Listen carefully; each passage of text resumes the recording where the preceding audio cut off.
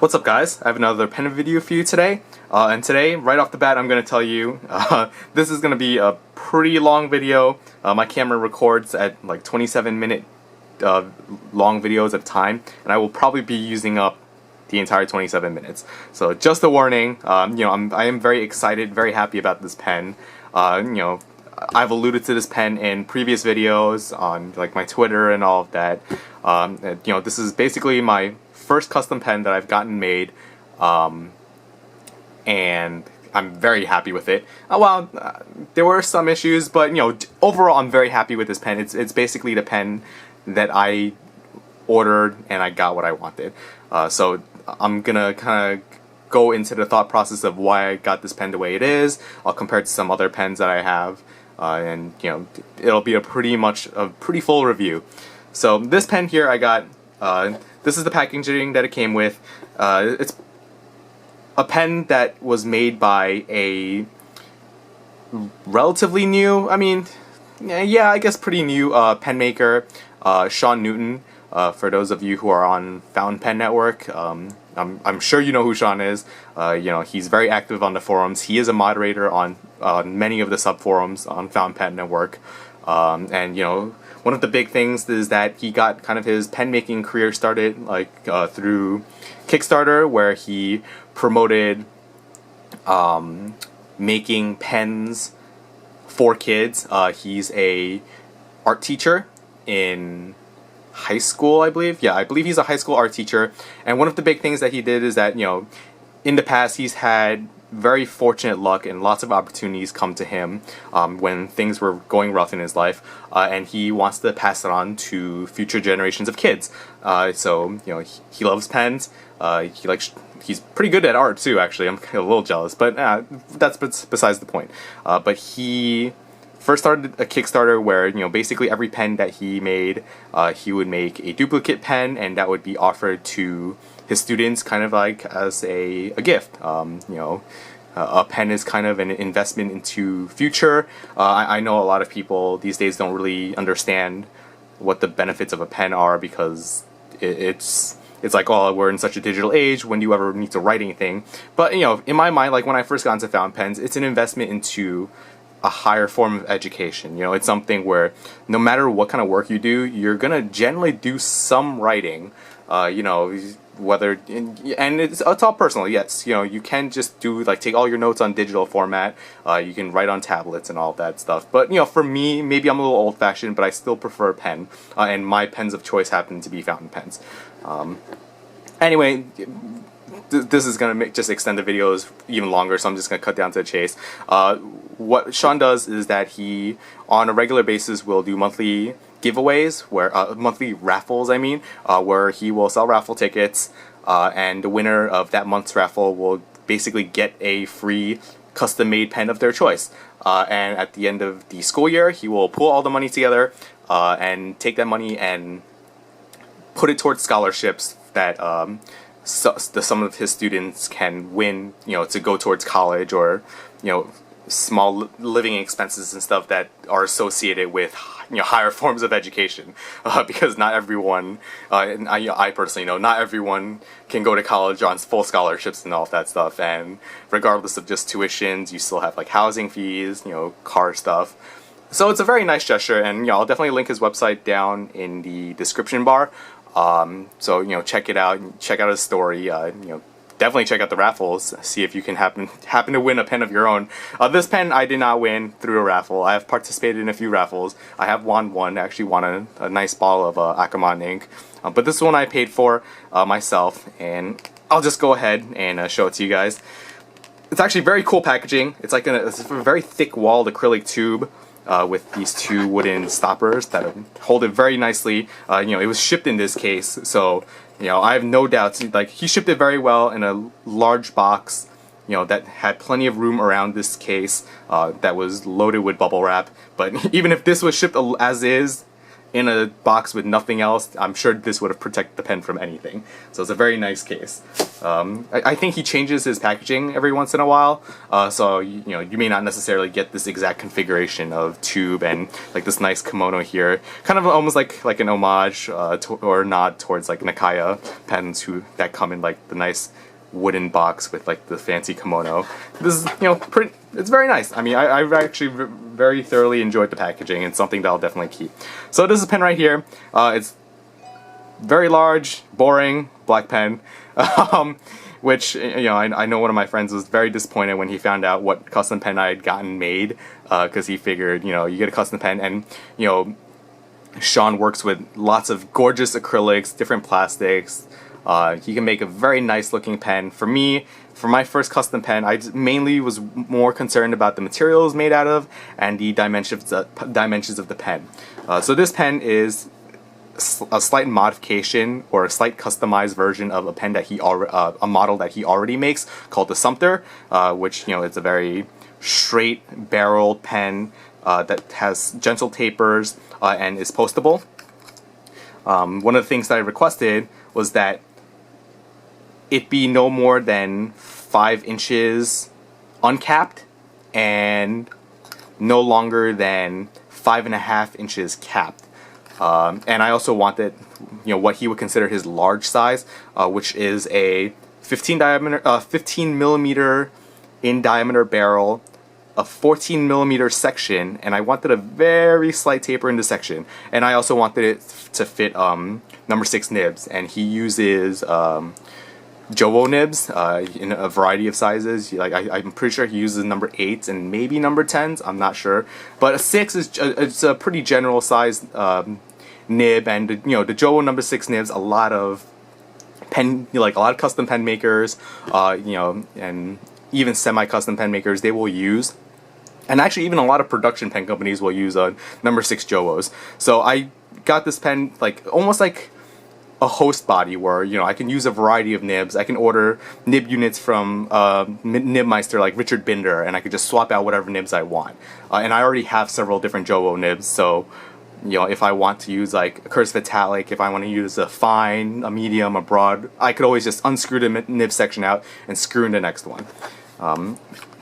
I also wanted it to be made out of ebonite, black ebonite in this case, which is hard rubber. And the reason why I like it is that in the past I have, you know, some vintage pens, and they use like hard rubber sections, and they're just very comfortable to write with. Like, it's hard, it's firm. You know, when you rub it and warm it up, you kind of smell like a burning tire smell, which I don't really mind all that much. But it's kind of hygroscopic in that it absorbs some of the moisture that's in your hands, and it just gives it like a very kind of slightly sticky feel to it, which, you know, in my mind, for a pen that I'm going to handle for an extended period of times, and if my hands are going to get sweaty or whatever, you know, I don't want the hand slipping around in my hand, between my fingers like an acrylic may do. So that's why I wanted ebonite. You know, obviously you do have to take care of it, keep it out of UV lights. Don't soak it in hot water, because that'll basically change the color, make it more olive in color versus black. You know, they do sell like dyes that you can re-dye them, but you know, for vintage pens, some people are very much against it. If this ever fades into an olive color, I will get it re-dyed, because I just like how the black pen looks. The reason why I wanted to get it in this dimensions was I was basically basing it off my M600. The M600, granted, you know, it's when it's capped, it is slightly longer than the M600. I don't mind, not a big deal. But the thing is, like, I generally don't post my pens. I write my pens unposted, and I wanted the pen to be very much the same size as the M600. As you can see here, it's just a little bit longer, but not so much so that it becomes kind of unwieldy. I'll kind of use this example here. Here I have a Edison Collier, which I've done a video on in the past. And one of the big things I didn't like about the Collier was that it was just a big pen, and it made it really awkward to like carry, like just for me to carry. Like, you know, granted, it's if you compare it with the Sumpter, the Sumpter isn't that much shorter. It's like half an inch shorter, but it makes all the difference in terms of the balance and feel of the of how the pen looks. Like, I feel like with the Collier, it just looks a little too long for the diameter of pen that you're getting. And actually, one of the things about the Collier that I didn't really like was that the section is so narrow, which for me, you know, if I'm gonna get a big pen, I want a thicker section because I'm not holding onto the barrel here. You know, it doesn't really make a huge difference for me. I'm holding onto the section, and with a section diameter like this, you know, it's basically almost the same diameter, if not actually a little skinnier at the very apexes of the squeeze there at the section, and it makes it uncomfortable to write with for an extended period of time, at least for my taste in my hand. Here I have a Indian ebonite pen. Happens to be made by a company called Gamma, and I believe it's pronounced Ayas is the model number. They make another one called the Hawk, which is actually like longer and thicker. This pen was very inexpensive, like around $25, and you know, a lot of people will say like, well, you know, you can get a ebonite pen for $25. Why would you pay? You know, this pen was over $200. I don't remember exactly how much, and obviously the price will vary depending on material, Sean's time and stuff. You know, so don't take this as an actual quote. Obviously, if you want to get a pen made by him, you'll have to talk to him directly. But I paid in just under $250 for this pen. The wait, I had basically waited for around 6 months before I got it, which isn't unreasonable. Obviously, his lead time will vary depending on how busy he is and how often he can make pens. You know, obviously during the school year, he can't really make as many pens because he has to teach. Versus in the summer, I think he really pumps out a lot more pens because, you know, he has summer vacation off, and if he's not spending time with his family or doing whatever daily tasks he has to do, then, you know, he enjoys making pens, and that's what he'll be doing. So he'll probably pump up pens faster at a faster rate. But one of the reasons why, you know, and you actually with Indian companies like Gamma and some others, they actually have pens that are made to fit number 6 Jowo nib units. And I had asked direct from them. You can also get them from a few various sources in the US. And those pens will be made for around like $80, $90 with shipping and everything, which, you know, is like less than half the price of this custom pen. So, you know, I can kind of see why a lot of people say like, well, why would you pay double for practically the same thing? And it's not really the same thing. Just the quality level between the two pens is leaps, and like the quality level on the Sumpter, as you can see here, is much better. It's just more highly polished. You know, granted, it's like my hand oils are on here, and it's kind of like matting it a little bit, but it's still very shiny, very well polished. Obviously, if you look underneath the loop, you'll see like there's, you know, very fine scratch pattern to it. It's not like a glassy polish like you can get from like precious resin from a Mont Blanc. But from a distance, it looks very well polished. You can't really see any scratch patterns unless you look very close. The other difference is that the raw material that's being used is a lot better. There's nothing wrong with Indian ebonite. It's fine. It has basically the same properties. But one of the biggest issues with Indian ebonite is it's kind of an aesthetic defect, and is that you get a lot of pitting. Now, I don't know if I'll be able to show it that well. And there's also some dust on here, which makes it a little difficult to show. But, you know, if you look at reviews and if you look at close-up pictures of a lot of Indian ebonite pens, you'll basically see very small pock marks in, you know, that's very much random throughout the ebonite rod. And what happens is it shows up in the pen. Sean uses ebonite rods from, I think, Germany and Japan, and those ebonite rods are much more expensive, but the quality control is definitely a lot better.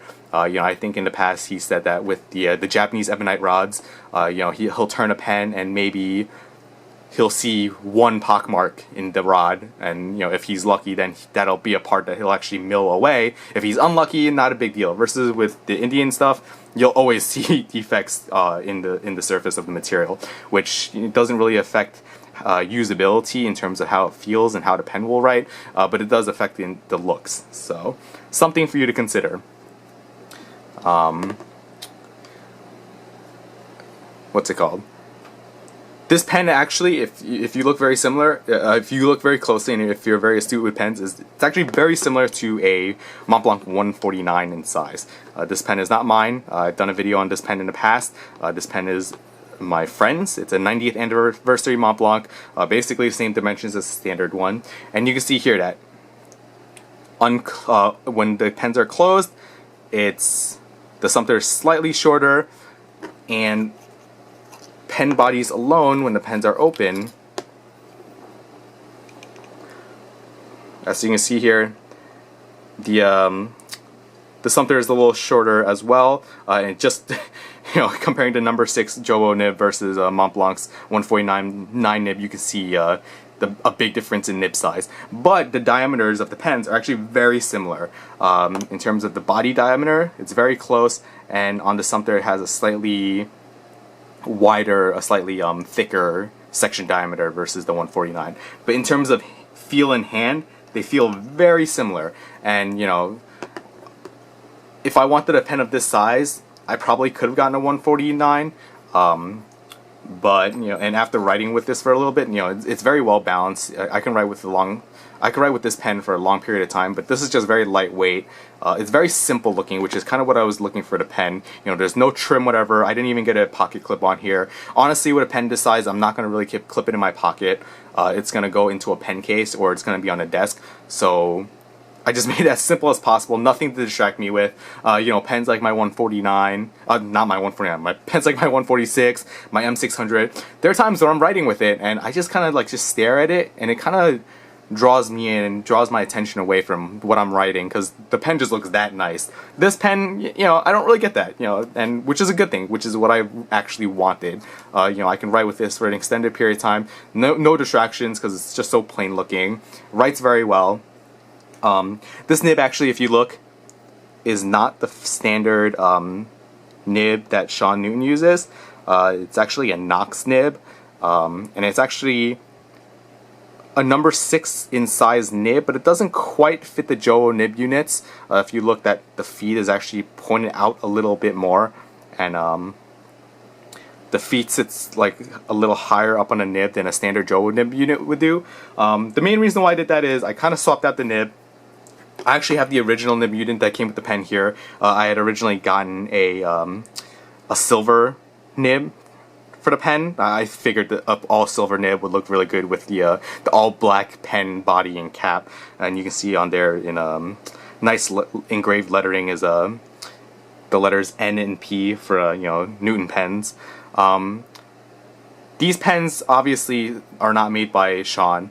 If you want, he can do custom grinds for you or whatever. This was just a factory Jowo nib unit that he obviously ordered in bulk to get his engraving on for a fine nib unit. And I did not like how this nib wrote. It did write. It's just it didn't have problems with it being too dry or skipping or anything. It just wrote with a little too much feedback than what I normally would like. And it actually wrote a little drier than what I would prefer.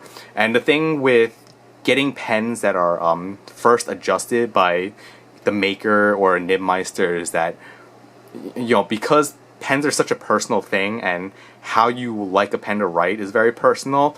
What one person will consider as acceptable for another person may not be acceptable at all. And for me, it's not just this pen; it's almost all my pens. I find that factory nibs are just not acceptable for what I like. And Sean, obviously, I brought it up. I asked Sean about it, and he said he had tested it first. And true to his word, it did write with no problems. It didn't skip or anything. Tines were just slightly mislined, but that's probably me being a little too anal about it. I went in with like a 20 times loop and corrected it basically as close as possible. But it just didn't really work out, and I had worked on this nib, and I had taken off a lot of tipping material to kind of try and polish it as much as possible. I kind of actually blame this on a lack of good quality control out of Jowo. I've had a few of their nib units, and they've never really impressed me all that much, to be honest. Even though they're widely used and a lot of people like them, I just wasn't happy with how the tipping was on this pen. So I ground it down, and eventually I'm like, you know what? I'm probably gonna have to replace it. A new nib unit of these. I don't know about direct from Sean, but you know, if I were to order from, like if I were to order an Edison nib unit, which should technically fit into this pen, from either a Binder or if I were to order from like the Goulets or whatever, it'd be around like $25 and then add-on shipping. I figured, you know what? I found a website. They sold the Knox nibs. It was like a package of three nibs in extra fine, fine, and medium for like $20 shipped. I figured, you know, I'll take a chance on it. The size of the nib seemed pretty much the same, very similar, like to a number 6 nib. I wasn't sure how well it would fit into the actual housing of the nib unit, but fortunately for me, it kind of worked out. You know, I had to like flare out the shoulders of the Knox nib a little bit in order for it to seat properly with the feed, like I did here, which isn't perfect, but it works. I've written with this pen for an extended period of time with no feeding issues. You can see here where I meant with the Knox, the feed sitting higher on the Knox nib. And then eventually what happened with this, the original nib unit, is I just ground this to a fine stub nib. It actually writes more on like the extra fine side. I made it a little thinner. I write with small lettering, so I prefer the narrower nibs, and it's as smooth as I can get. And there's still a slight bit of tipping material, which you won't be able to see, or maybe you can, I don't know. So it's not just pure steel right now. There's still some tipping material on there. So, like I said, you know, one of the main reasons why I wanted to get a pen made using number 6 Jowo nibs is it's modular. You know, I can get as many nib units as I want. Kind of like with my M600, I've gotten several M200 steel nib units and just ground them to, you know, various cursive italics, stubs, and all of that. Even like my flex modification on the M200. And I can basically do the same thing with this pen using these nib units. In terms of writing with this pen, I have written with this for several hours now, and true to what I figured, and true to what I also found with this 149, it's very comfortable, at least for my hand, to write for an extended period of time. The length of the pen is long enough where I don't have to post it, although with the model of Sumpter, you know, unlike with the Edison Collier, this is postable, and because it's all ebonite with no steel or brass insert sleeves inside, it's very lightweight, and even if I were to post it, it just looks awkward and long, but it doesn't really affect the bounce all that much, that it makes it too bag heavy. So, you know, if you guys kind of like to post, you know, you maybe want to consider making a pen out of a very lightweight material and using this model design because it is postable. I wrote this with this for the longest session, an hour, I believe, and I stopped writing not because my hand got tired or anything, but I had other things to do, work to get taken care of, so I had to stop writing. No issues whatsoever. So overall, I'm very happy with the pen. It's made very nicely. Oh, actually, in case you guys did not realize, I probably should have gotten more into details about it. This does use a converter. Obviously, number 6 Jowo nibs, most pens that are made with these nib units are cartridge converter pens. This is an international converter which came with the pen. I'm pretty sure, you know, this would take standard international cartridges. I don't have any. And the nice thing about having a pen made out of ebonite with nothing in it is that I can basically turn this pen into an eyedropper for a very large capacity of ink, which, you know, I may or may not do in the future. It's always a nice option to have, but the converter works fine for my purposes. You know, I am writing with a fine nib that's not super wet, so it's not like I really eat through a lot of ink and I have to refill my pen multiple times every writing session. You know, I can go through several writing sessions before I have to refill my pen. So if you guys are looking into a custom pen, I would definitely recommend Sean. I mean, he's very friendly, he's very easy to work with. You know, if you look at his other customers where they've actually ordered legitimate custom-made pens where, you know, they'll send him a drawing with actual specifications and it's not, and they look nothing like any particular model he makes now. I've seen that they've all been very happy with it. The price is reasonable. It's not cheap by any means, but obviously it's in the same ballpark as a lot of custom pen makers, just because it requires materials, time, and labor. So you will have to wait. Obviously, when Sean first started doing pens, before he became more popular, turnaround was much quicker. As he gets more popular now, turnaround time will take a lot longer. So, you know, if you're interested in a pen now, I would suggest you order in as soon as possible, put down a deposit so you get on the queue, and, you know, you kind of minimize the wait that you have to wait before you get your pen. So, definitely had a lot of fun writing with this pen. Very enjoyable. This pen I will basically be keeping for potentially the rest of my life. I really see no reason to sell it. Experience ordering was great. Packaging was really nice. Nib not so great. Don't blame Sean. I just overall blame Joe's quality control. But like I said in the past, I am very picky and particular about how I like my pens to write, and I've never really had a pen write perfect out of box where I didn't have to at least do some kind of tine alignment or a little bit of smoothing or whatever. So I'm not going to really deduct any points for that. So hope you guys enjoyed the video. Sorry it was so long. I'm pretty sure I rambled a little bit. I kind of want to really go into a little bit of the philosophy behind my reasoning for ordering the pen the way it is like this. Just like kind of like share how I am and what I look for in pens, I guess. Because, you know, this is supposed to be a custom pen, and it is supposed to be something that very much matches what I really would prefer as like a perfect pen. So I hope you guys enjoyed the video, and thanks.